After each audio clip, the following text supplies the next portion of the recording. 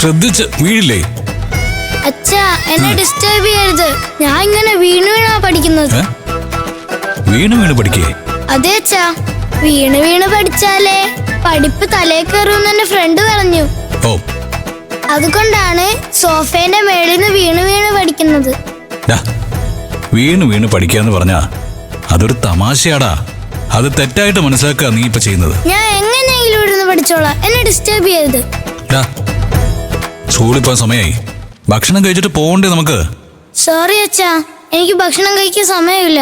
അച്ഛൻ വണ്ടി പോയി സ്റ്റാർട്ട് ചെയ്യേ, ഞാൻ ഇതൊന്ന് പഠിച്ചിട്ട് വന്നോളാം. A for aeroplane, B for bat, C for car, D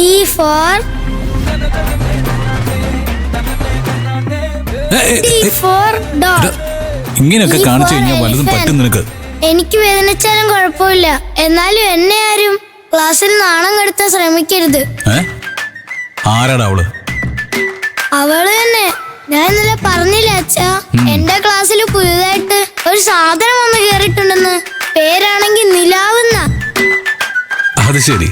ഇന്നലെ മിസ് ക്വസ്റ്റ്യൻ ചോദിച്ച ഉടനെ അവൾ ആൻസർ പറഞ്ഞ് ക്ലാപ്പ് മേടിച്ചെന്നെ ഫ്ലോപ്പ് ആക്കി അച്ഛാ. അതേപോലെ എനിക്കിന്ന് ക്ലാപ്പ് വാങ്ങി അവളെ ഫ്ലോപ്പ് ആക്കണം. അതെങ്ങനെ പറ്റൂടാ? അതൊക്കെ എനിക്ക് പറ്റും. പറ്റാത്ത ഒന്നും ഈ ലോകത്തിലില്ലെന്ന് അച്ഛനല്ലേ പറയാറ്. നീ ആൻസർ പറഞ്ഞ അവക്ക് എങ്ങനെയാടാ ശിക്ഷ കിട്ടുക? ഒരു ലോജിക് ഒക്കെ വേണ്ടടാ പറയുന്നതിന്. അച്ഛന് കാണണോ? ശരി, അച്ഛനെ ഫോണിങ് തന്നെ. ആരെയാടാ നീ വിളിക്കാൻ പോകുന്നേ? എന്നെ മിസ്സിനെയാ. എടാ കോള് പോകുന്നുണ്ട്. എന്നാ പിന്നെ അച്ഛനവരോടൊന്ന് സംസാരിച്ചു. എന്റെ മകൻ വരും. അവനാണെങ്കിൽ വീണ് വീണ് പഠിച്ചോണ്ടിരിക്കുക. അതുകൊണ്ട് നിങ്ങൾ ഇന്ന് അവനോട് ചോദ്യം ചോദിക്കണം. അവൻ കൃത്യമായിട്ട് ഉത്തരം പറയുന്ന പറയ്. അതിനെക്കാട്ടും പ്രധാനമായിട്ട് നിലാന്ന് പറയുന്ന കുട്ടിയോട് ചോദ്യം ചോദിക്കാൻ പറ. മിസ് ക്വസ്റ്റ്യൻ ചോദിച്ച ഉടനെ ഞാൻ ആദ്യം തന്നെ പെട്ടെന്ന് എണീറ്റ് പഠിച്ച എല്ലാം അങ്ങ് പറയും. അപ്പൊ അവള് കണ്ണു തുറച്ച് അങ്ങോട്ടും ഇങ്ങോട്ടും നോക്കും. അവളുടെ കണ്ണ് ബൾബ് പോലെ വലുതാവും. മിസ് അവളോട് തന്നെ ചോദ്യം ചോദിക്കണം. അവൾക്ക് ഉത്തരം കിട്ടാതെ നാണക്കേട് കൊണ്ട് അവൾ കരയണം. ഞാൻ ഷെയിം ഷെയിം പപ്പി ഷെയിം അവളോട് പറയും. സംസാരിക്കും.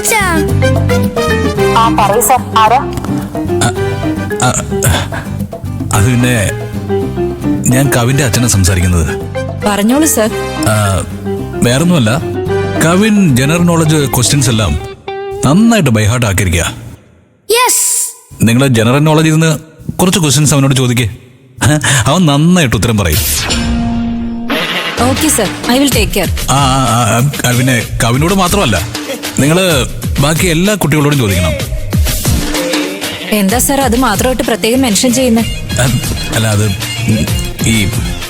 അത് പിന്നെ ഇത് ഞാൻ ഈ ജനറൽ നോളജ് എല്ലാ കുട്ടികളും അറിഞ്ഞിരിക്കേണ്ടതല്ലേ? അത് അത്യാവശ്യമല്ലേ? അല്ലേ? സിലബസിലുള്ളത് മാത്രമല്ലാതെ നോളജ് അറിഞ്ഞിരിക്കേണ്ടത് മഹത്തായ കാര്യമല്ലേ? അത് പിന്നെ അതുകൊണ്ടേ നിങ്ങൾ എല്ലാ കുട്ടികളോടും ഇതേപ്പറ്റി ചോദിക്കുക. അതിന് ആ കുട്ടികളും കൃത്യമായിട്ട് മറുപടി പറയുന്നോന്നൊന്ന് ശ്രദ്ധിക്കേ. ഇങ്ങോട്ട് വന്നേ. ഓട്ടോറിക്ഷ പോണല്ലോ, ബ്രേക്ക് ഇട്ട് പോലെ അങ്ങനെയല്ല സംസാരിക്കേണ്ടത്. നിലയെ എണീപ്പിച്ച് ചോദ്യം ചോദിക്കുന്ന വ്യക്തമായിട്ട് പറ. ശരി. പിന്നെ പുതുതായൊരു കുട്ടി ക്ലാസ്സിൽ വന്ന് ചേർന്നിട്ടുണ്ടെന്ന് പറയുന്നല്ലോ, നിലാന്ന് പേരുള്ള. അതെ, പറഞ്ഞോളൂ സർ. ആ കുട്ടിയോടും ഇതുപോലത്തെ ജനറൽ നോളജ് ക്വസ്റ്റ്യൻസ് ഒക്കെ ചോദിക്കേ. ഞാനിത് എന്തുകൊണ്ടാണ് പറയുന്നതെന്ന് വെച്ചാലേ, പെൺകുട്ടികൾക്ക് ഈ ജനറൽ നോളജ് വളരെ പ്രധാനമാണ്. മിസ്സാണിത് പറഞ്ഞു കൊടുത്തതെന്ന് ആ കുട്ടികള് അവരുടെ പേരൻസിനോട് പറഞ്ഞ് ഈ കാര്യം പ്രിൻസിപ്പാൾ അറിഞ്ഞാലേ നിങ്ങൾക്ക് നല്ല പേര് കിട്ടും. അല്ല, അതുകൊണ്ട് നിങ്ങൾക്ക് പ്രൊമോഷൻ കിട്ടാൻ ഇടയുണ്ട്, ഇൻക്രിമെന്റും കിട്ടും. അതിനു വേണ്ടിയാ ഞാൻ പറഞ്ഞത്. ഓക്കെ സർ, തീർച്ചയായിട്ടും എല്ലാവരോടും ചോദിക്കാം. Okay ma'am, thank you. മറക്കാതെ ചോദിക്കണേ. എന്റെ അമ്മോ, നീ പറഞ്ഞ പോലെ തന്നെ ഞാൻ പറഞ്ഞു കൊടുത്തിട്ടുണ്ട്. ഇപ്പൊ നീ ഹാപ്പി ആണല്ലോ?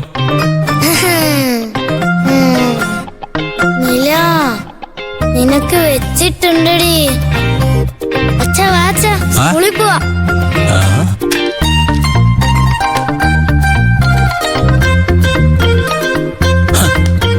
ഇത്രയും കാലം ബുക്ക് തൊടാത്തവൻ ഇന്ന് ജനറൽ നോളജ് ക്വസ്റ്റ്യൻ ചോദിച്ചപ്പോ വീണ് വീണ് പഠിച്ചുകൊണ്ടിരിക്കുക. ശരിക്കും ആ നില എന്ന് പറഞ്ഞ പെൺകുട്ടി ആരാണെന്ന് എനിക്കൊന്ന് കാണണം. അവള് നിന്റെ എനിമയല്ലടാ. പഠിപ്പില് അവളാണ് നിനക്കുള്ള എനർജി.